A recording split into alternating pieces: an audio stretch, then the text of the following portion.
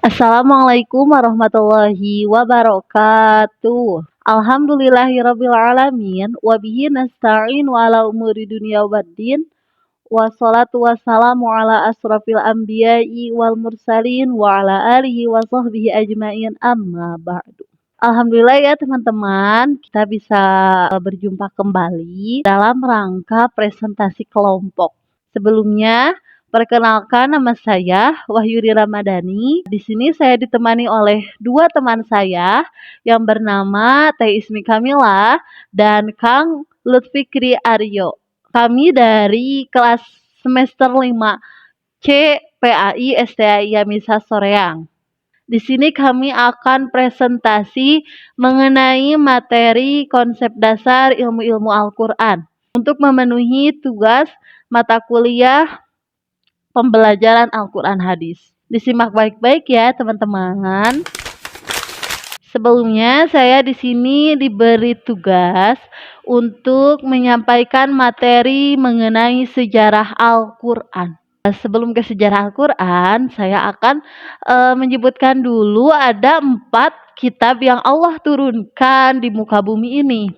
4 kitab itu diantaranya ada kitab Zabur, kitab Taurat, kitab Injil, dan yang terakhir adalah kitab Al-Quran. Yang mana kitab Al-Quran ini Allah turunkan kepada Nabi Muhammad Sallallahu Alaihi Wasallam untuk umatnya. Turunnya Al-Quran merupakan peristiwa yang luar biasa untuk menyatakan kedudukannya bagi penghuni langit dan bumi. Dilansir dari buku pengantar studi Islam Al-Quran oleh Syekh Manna Al-Qottan, turunnya Al-Quran merupakan pemberitahuan kepada alam samawi. Alam samawi itu alam yang dihuni oleh para malaikat tentang kemuliaan umat Nabi Muhammad Sallallahu Alaihi Wasallam. Umat ini telah dimuliakan oleh Allah dengan risalah barunya agar menjadi umat yang paling baik di antara umat lainnya.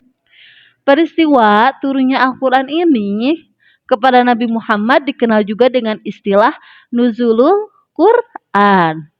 Yang mana Nuzulul Quran adalah peringatan turunnya Al-Quran. Pertama kali dari Lauhul Mahfuz ke pada malam Lailatul Qadar di bulan Ramadan. Secara bahasa, nuzul Quran memiliki arti sebagai menurun sesuatu dari tempat yang tinggi ke tempat yang rendah. Dan Al-Quran yang berarti kitab suci bagi umat Islam. Maka nuzul Quran bisa didefinisikan sebagai peristiwa turunnya Al-Quran dari tempat tinggi atau Lauhul Mahfuz menuju muka bumi ini. Ayat Al-Quran yang pertama kali turun adalah surat Al-Alaq ayat 1 sampai ayat ke-5 yang berbunyi A'udzu billahi minasyaitonir rajim. Bismillahirrahmanirrahim. Iqra bismi rabbikal ladzi khalaq. Khalaqal insana min 'alaq. Iqra wa rabbukal akram. Alladzi 'allama bil qalam. 'Allamal insana ma lam ya'lam. Sampai ayat ke-5. Quran pertama kali turun untuk Nabi Muhammad yaitu di Gua Hira pada tanggal 17 Ramadan tahun 610 Masehi. Hingga saat ini 17 Ramadan diperingati sebagai hari turunnya Al-Quran atau Nuzulul Quran.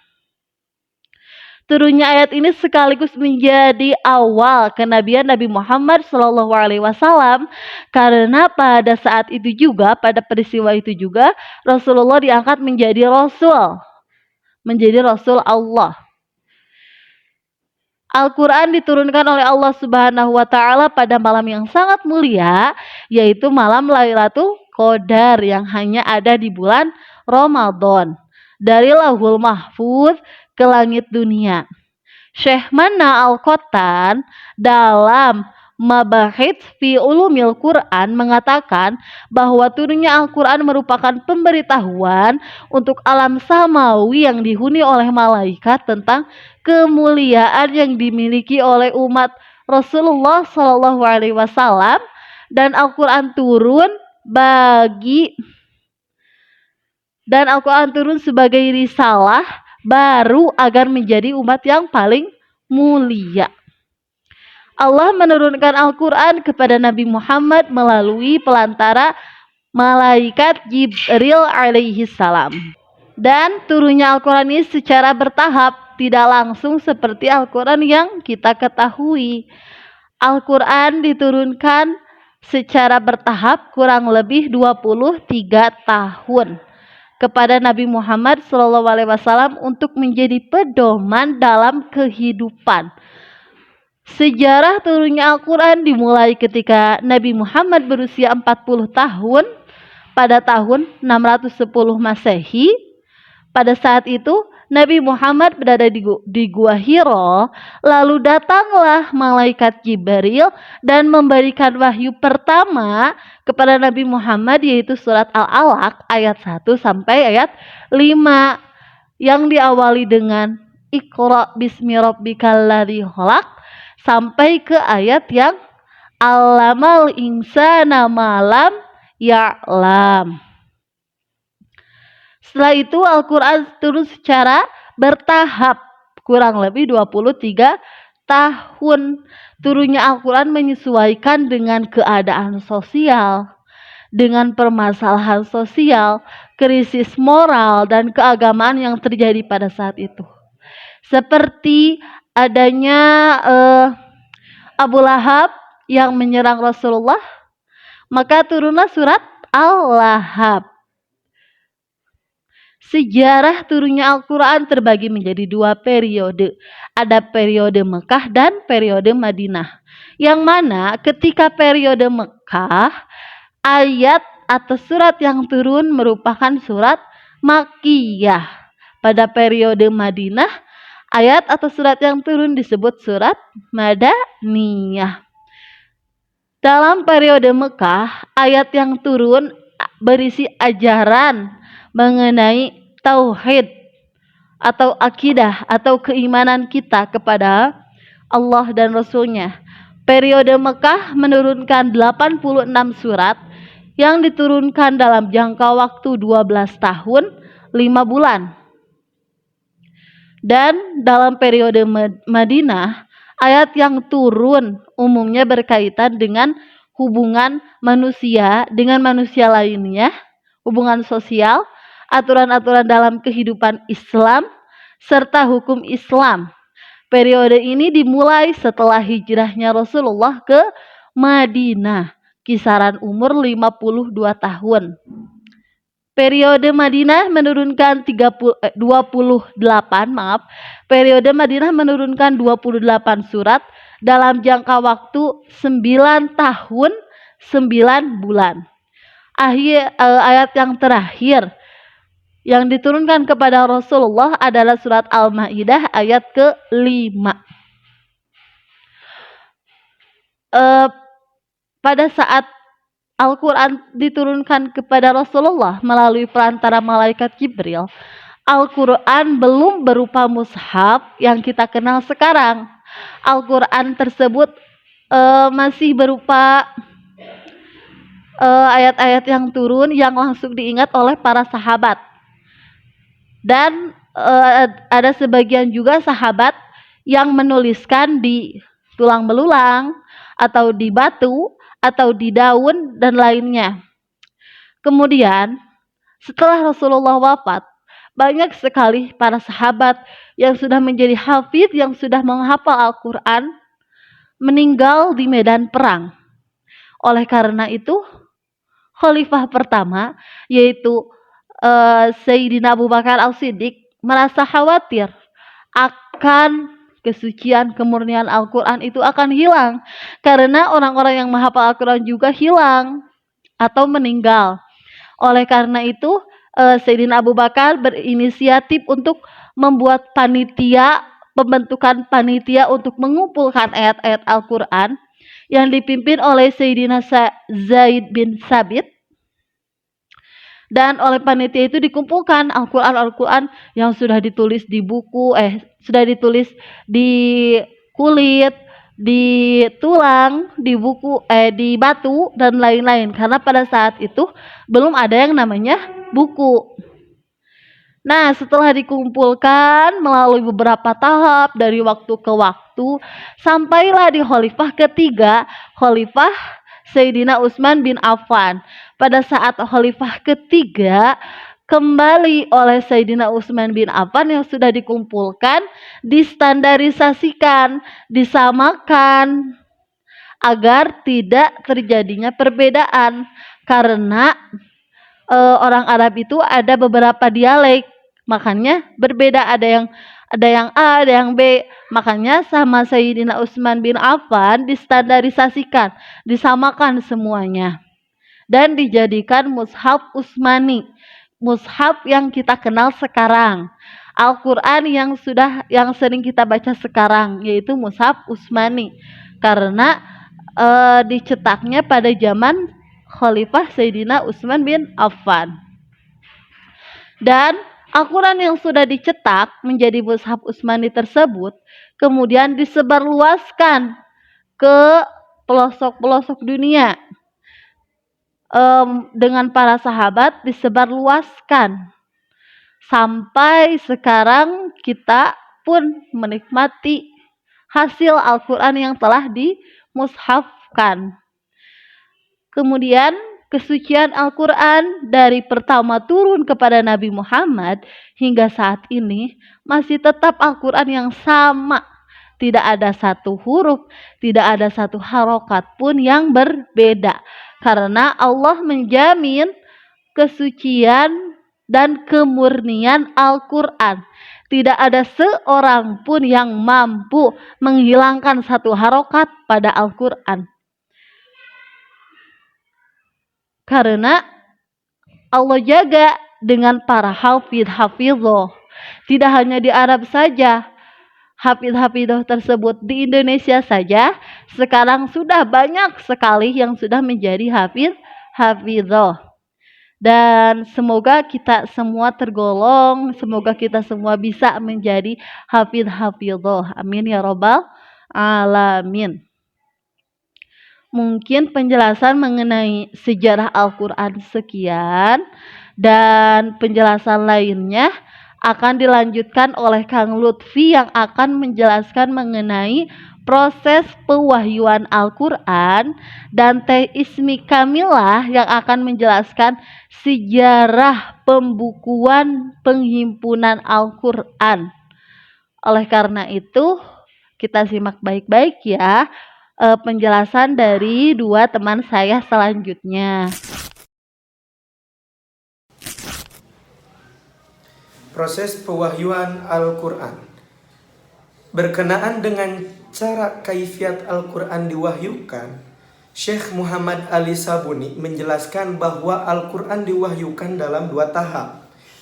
Dalam kitab At-Tibyan fi Ulumil Quran, yang pertama, Al-Quran diwahyukan sekaligus dari Lauhil Mahfud ke Baitul Izzah yang berada di langit dunia. Pewahyuan Al-Quran tahapan pertama ini diperoleh dari pengertian beberapa firman Allah Subhanahu wa taala, di antaranya dalam surat Al-Qadar ayat ke-1 dan surat Ad-Dukhan ayat ke-3. Surat Al-Qadar yang pertama, Inna anzalnahu fi lailatul qadar, sesungguhnya kami telah menurunkan Al-Quran pada malam kemuliaan, yaitu malam Lailatul Qadar.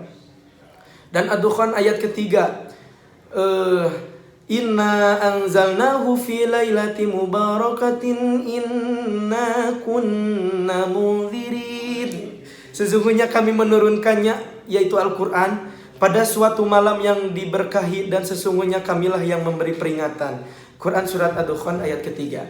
Dua ayat tersebut memberi pemahaman bahwa pada tahap pertama Al-Quran diwahyukan pada malam kemuliaan atau yang lebih dikenal dengan Lailatul Qadar. Para ulama sepakat bahwa Lailatul Qadar terjadi pada bulan Ramadan, sebagaimana dijelaskan Dalam Al-Quran surat Al-Baqarah ayat 185, Syahrul Ramadan alladzi unzila. Nah itu beberapa hari yang ditentukan itu ialah bulan Ramadan, bulan yang di dalamnya diturunkan permulaan Al-Quran sebagai petunjuk bagi manusia dan penjelasan-penjelasan mengenai petunjuk itu dan pembeda antara yang hak dan yang batil. Itu artinya Quran surat Al-Baqarah ayat 185. Pewahyuan Al-Quran dari Lauhil Mahfud ke Baitul Izzah dengan cara sekaligus juga dijelaskan dalam beberapa hadis. Di antaranya, Al-Quran diturunkan dengan cara sekaligus ke langit dunia pada malam Al-Qadar. Kemudian sesudah itu, ia diturunkan ke bumi dalam waktu 20 tahun. Abu Abdillah Hakim Naisaburi, nah dalam kitab At-Tafsir, juz kedua halaman 278. Masih menurut Abu Abdillah Hakim, Al-Quran diturunkan dari Tuhan. Ia diletakkan di Baitul Izzah di langit dunia. Kemudian Jibril mewahyukannya pada Nabi Muhammad Sallallahu Alaihi Wasallam. Turunnya Al-Quran ke Baitul Izzah sekaligus menurut penjelasan Al-Su'anah bertujuan untuk mengagungkan Al-Quran dan Nabi Muhammad SAW yang akan menerimanya. Allah SWT memberitahu penghuni langit bahwa Al-Quran adalah kitab suci terakhir yang dia wahyukan pada Nabi dan Rasul terakhir bernama Nabi Muhammad SAW. Nah, terus penjelasan yang kedua, Al-Quran diturunkan dari Baitul Izzah pada Nabi Muhammad SAW di bumi secara bertahap atau berangsur-angsur selama kurun waktu sekitar 23 tahun. Ini didasarkan pada petunjuk yang diperoleh baik dari Al-Quran maupun hadis Rasulullah SAW. Nah, ayat-ayat Al-Quran yang menunjukkan itu antara lain surah Al-Isra ayat ke-6 dan surat Al-Furqan ayat ke-32 yang berbunyi, wa Qur'ana faraqnahu litaqra'ahu 'alan nasi 'ala muktin wa nazzalnahu tanzila. Dan Al-Quran itu telah kami turunkan dengan berangsur-angsur agar kamu membacakannya perlahan-lahan. Terus juga wa qala alladziina kafaru laula nuzzala 'alaihi al-Qur'anu jumlatan wahidatan. Dan berkatalah orang-orang yang kafir, mengapa Al-Quran itu tidak diturunkan kepadanya sekali turun saja. Kadzalika linutsabbita bihi fuadaka wa rattalnahu tartila. Demikianlah supaya kami perkuat hatimu dengannya dan kami membacanya secara tartil atau teratur dan benar. Menurut salah satu riwayat, kedua ayat tersebut diwahyukan sebagai jawaban terhadap orang kafir, baik dari kalangan Yahudi maupun musyrik yang mencela Rasulullah SAW. Mereka mengajukan tuntunan pada beliau agar Al-Quran diwahyukan sekaligus. Ayat itu juga menunjukkan bahwa kitab-kitab samawi sebelum Al-Quran diwahyukan sekaligus. Fakta ini dibenarkan mayoritas ulama. Kalau tidak dikatakan telah terjadi kesepakatan atau ijma ulama. Ulama kalam meyakini proses pewahyuan Al-Quran melalui 3 tahapan. Pada tahapan pertama Allah meletakkan Al-Quran di Lauhil Mahfud. Pada tahapan kedua Al-Quran diturunkan dari Lauhil Mahfud ke Baitul Izzah langit pertama. Pada tahapan ketiga Al-Quran turun dari Baitul Izzah ke langit pertama ke dunia secara berangsur-angsur selama kurang lebih 23 tahun. Kemungkinan itu yang bisa saya jelaskan, dikarenakan ini dijelaskannya 10 menit dan kumaha deui. Soalna yang kisah kitu pengertian nama nu penting mah orang yakin bahwasana Al-Qur'an teh eta kalamullah. Alif lam mim dzalikal kitabul la raiba fihi hudan lil muttaqin. Petunjuk bagi orang-orang yang bertakwa. Naon cenah orang-orang yang bertakwa di dieu teh Al-Qur'an teh? Karena asairina ila taqwa, untuk menjadikannya orang-orang itu kepada takwa, bimtitsalil awamiri wajtinabin nawahi, itu ada di tafsir Jalalain. Yang artinya menjadikan orang itu kepada takwa, asairina ila taqwa bimtitsalil awamiri wajtinabin nawahi, menjalankan perintahnya dan menjauhi larangannya, itu Al-Quran. Sejarah pengumpulan pembukuan Al-Quran. Para penulis wahyu Al-Quran dari sahabat-sahabat terkemuka yang diangkat sebagai sekretaris seperti Ali bin Abi Thalib, Muawiyah radhiyallahu an, Ubay bin Ka'ab, dan Zaid bin Sabit, setiap ada ayat yang turun, Nabi memerintahkan mereka untuk menulisnya dan menunjukkan tempat ayat tersebut dalam surah. Bukan hanya pada lempengan tempat menulis, harus tersusun sesuai dengan surah yang ditunjukkan kepada Nabi. Hal ini agar terjadi adanya kecocokan antara hafalan dengan bukti fisik dari ayat yang ditulis, sehingga penulis pada lembaran tersebut membantu penghafal di dalam hati. Sebagian sahabat juga menuliskan Al-Quran yang turun atas kemauan mereka sendiri, tanpa diperintahkan oleh Rasulullah Shallallahu Alaihi Wasallam. Mereka menuliskannya pada pelepah kurma, lempengan batu, daun lontar, kayu atau kulit, kemudian pada pelana, pada potongan tulang belulang binatang. Zaid bin Sabit berkata, kami menyusun Al-Quran di hadapan Rasulullah pada kulit binatang. Hal ini menunjukkan betapa besarnya kesulitan yang dipikul para sahabat dalam menulis Al-Quran. Alat-alat tulis tidak cukup tersedia pada zamannya. Dengan demikian, penulis Al-Quran semakin menambah hafalan mereka. Selain itu, malaikat Jibril juga membacakan ayat demi ayat Al-Quran pada Rasulullah pada malam bulan Ramadan setiap tahunnya. Abdullah bin Abbas berkata, Rasulullah adalah orang yang paling pemurah dan puncak kemurahan pada bulan Ramadan. Ketika Nabi ditemui oleh malaikat Jibril untuk membacakan Al-Quran kepada beliau, dan ketika itu Nabi Muhammad SAW sangat pemurah sekali. Para sahabat senantiasa menyodorkan Al-Quran kepada Rasulullah, baik dalam bentuk hafalan maupun tulisan. Tulisan-tulisan Al-Quran pada masa Nabi tidak terkumpul dalam satu mushaf. Yang ada pada seorang belum tentu ada pada orang lain. Para ulama telah menyampaikan bahwa segolongan dari mereka, diantaranya Ali bin Abi Thalib, Mu'az bin Jabal, Ubay bin Ka'ab, Zaid bin Sabit, dan Abdullah bin Mas'ud telah menghafalkan seluruh isi dari Al-Quran di masa Rasulullah. Dan mereka menyebutkan bahwa Zaid bin Sabit adalah orang terakhir yang membacakan Al-Quran di hadapan Rasulullah Shallallahu Alaihi Wasallam. Kemudian Rasulullah Shallallahu Alaihi Wasallam berpulang ke rahmatullah di saat Al-Quran telah dihafal oleh ribuan para sahabat dan tertulis dalam mushaf yang tersusun seperti yang disebutkan tadi.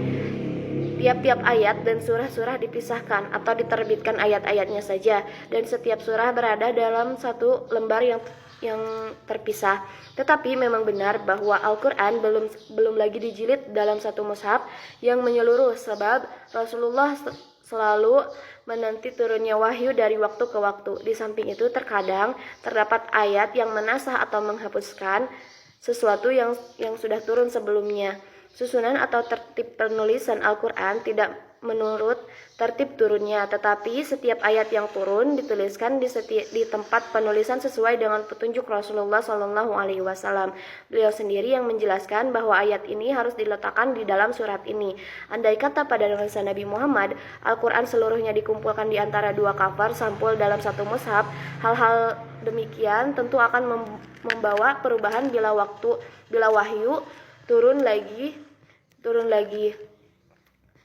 Maksudnya, ayat-ayat dalam surat Al-Quran belum dikumpulkan secara tertib dalam satu mushaf. Dengan wafatnya Rasulullah, maka Allah mengilhamkan penulisan mushaf secara lengkap kepada para khalifah sesuai dengan janjinya yang benar kepada umat. Penghimpunan Al-Quran pada masa Khulafaur Rasyidin terjadi beberapa fase, yaitu yang pertama pada masa Abu Bakar. Abu Bakar menjalankan urusan Islam sesudah Rasulullah. Ia dihadapkan kepada peristiwa-peristiwa besar yang berkenaan dengan kemurtadan sebagian orang Arab. Karena itu, ia segera menyiapkan pasukan dan mengirimkannya untuk memerangi orang-orang murtad tersebut. Peperangan Yamamah yang terjadi pada tahun 12 Hijriah melibatkan sejumlah besar sebagian sahabat yang menghafal Al-Quran. Dalam peperangan ini, 70 qari atau penghafal Al-Quran dari para sahabat gugur. Umar bin Khattab merasa khawatir melihat kenyataan ini.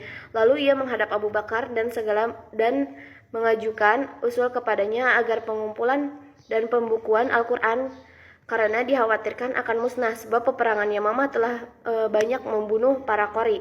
Di segi lain, Umar merasa khawatir juga kalau peperangan di tempat-tempat lain akan membunuh banyak qari lainnya, sehingga Al-Quran akan hilang dan musnah Awalnya Abu Bakar menolak usulan tersebut dan merasa keberatan melakukan hal tersebut. Tetapi Umar tetap membujuknya sehingga Allah membukakan hati Abu Bakar untuk menerima usulan tersebut. Kemudian Abu Bakar radhiyallahu anhu memerintahkan Zaid bin Sabit mengingat kedudukannya dalam masa qiraat, kemampuannya dalam masalah penulisan, pemahaman dan kecerdasannya, serta kehadirannya pada pembacaan yang terakhir kali. Abu Bakar menceritakan kepadanya kekhawatiran dan usulan dari Umar. Pada awalnya juga Zaid menolak seperti Abu Bakar sebelumnya. Keduanya lalu bertukar pendapat sampai akhirnya Zaid radhiyallahu an dapat menerima dengan lapang dada perintah penulisan Al-Quran tersebut. Zaid melalui tugasnya yang berat ini dengan bersandar kepada hafalan yang ada dalam hati,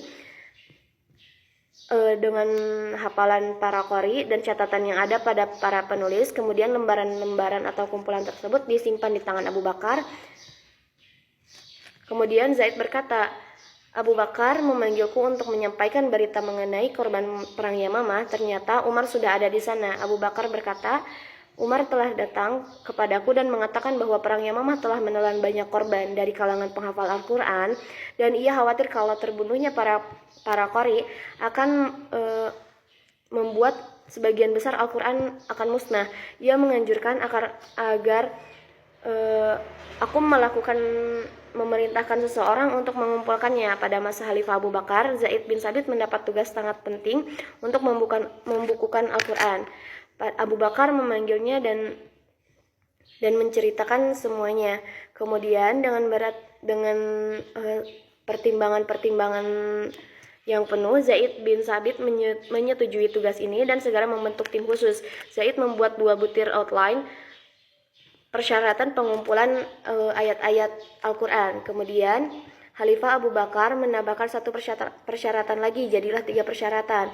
Yang pertama adalah ayat atau surat tersebut harus dihafal paling sedikit oleh 2 orang. Yang kedua, harus ada dalam bentuk tertulisnya, di batu, di tulang, ataupun dalam bentuk lainnya. Yang ketiga, untuk yang tertulis paling tidak harus ada 2 orang saksi yang melihatnya. Saat dituliskannya dengan persyaratan tersebut, Zaid bin Sabit memulai pekerjaan berat ini dan membawahi beberapa sahabat lain. Maka dari situ pula beliau mengumpulkan Al-Quran, dan dari pelepah kurma, dari kepingan-kepingan batu, dari lembaran-lembaran tersebut kemudian disimpan di tangan Abu Bakar hingga Abu Bakar wafat. Kemudian setelah berakhirnya pada masa Abu Bakar, terjadi pergantian, yaitu kepada masa Umar bin Khattab. Pada masa ini tidak terjadi perkembangan yang sangat signifikan yang berhubungan dengan kondisi Al-Quran, kodifikasi Al-Quran.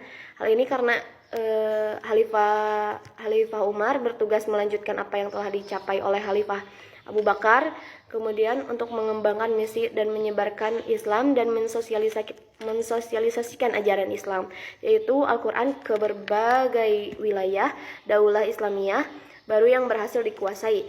Salah satu yang dilakukan oleh Khalifah Umar adalah dengan mengirim para sahabat yang menguasai Al-Quran seperti Mu'az bin Jabal, Ubaidah bin Samit, dan Abu Darda dari perluasan wilayah yang mengajarkan Al-Quran meluas dan menyebabkan perbedaan pelafalan dalam Al-Quran dari daerah satu dengan daerah yang lainnya, sehingga terjadi perselisihan. Hal ini juga yang menjadi penyebab salah satu terjadinya perbedaan qiraat.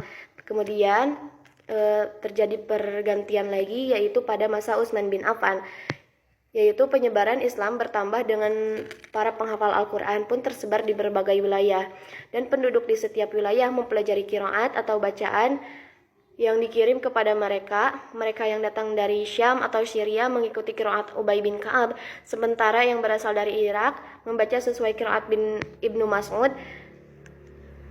Tak jarang juga di antara mereka yang mengikuti qiraat Abu Musa al-Asy'ari. Cara-cara pembacaan qiraat Al-Quran yang dibawakan mereka berbeda-beda sejalan dengan perbedaan huruf yang dengannya Al-Quran diturunkan. Apabila mereka berkumpul di suatu pertemuan atau peperangan, mereka akan merasa heran dengan adanya perbedaan qiraat ini. Terkadang sebagian dari mereka merasa puas juga karena mengetahui bahwa perbedaan-perbedaan itu semuanya disandarkan kepada Rasulullah. Tetapi dengan demikian bukan berarti tidak akan menyusupkan keraguan pada generasi baru yang yang tidak melihat Rasulullah sehingga terjadi pembicaraan bacaan mana yang baku dan mana yang lebih baku. Pada gilirannya akan menimbulkan saling bertentangan bila terus tersiar, bahkan akan menimbulkan permusuhan dan perbuatan dosa. Fitnah yang demikian ini harus segera diselesaikan ketika terjadi perang Armenia dan Azerbaijan dengan penduduk Irak. Di antara orang yang ikut menyerbu kedua tempat itu ialah Huzaifah bin Al-Yaman. Beliau banyak melihat perbedaan dalam cara-cara membaca Al-Quran. Sebagian bacaan itu bercampur dengan kesalahan, tetapi mereka masih mempertahankan dan berpegang pada bacaannya, serta menentang setiap orang-orang yang menyalahi bacaan dan bahkan mereka saling mengkafirkan. Melihat kenyataan demikian, Huzaifah segera menghadap kepada Utsman dan melaporkan kepadanya apa yang telah dilihatnya. Utsman memberitahukan kepada Huzaifah bahwa sebagian perbedaan itu akan terjadi pada orang-orang yang mengajarkan qiraat kepada anak-anak mereka.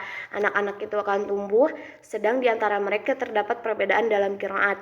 Para sahabat amat memprihatinkan kenyataan ini karena takut kalau perbedaan akan menimbulkan penyimpangan dan perubahan. Mereka bersepakat untuk menyalin lembaran-lembaran yang pertama yang ada pada Abu Bakar dan menyatukan umat Islam pada lembaran-lembaran itu dengan bacaan pada satu huruf. Utsman kemudian mengirimkan utusan kepada Hafsah untuk meminjamkan mushaf Abu Bakar yang ada padanya, dan Hafsah mengirimkan lembaran-lembaran itu kepadanya. Kemudian Utsman radhiyallahu an memanggil Zaid bin Sabit, Abdullah bin Az-Zubair, Sa'id bin As, dan Abdurrahman bin Haris bin Hisham.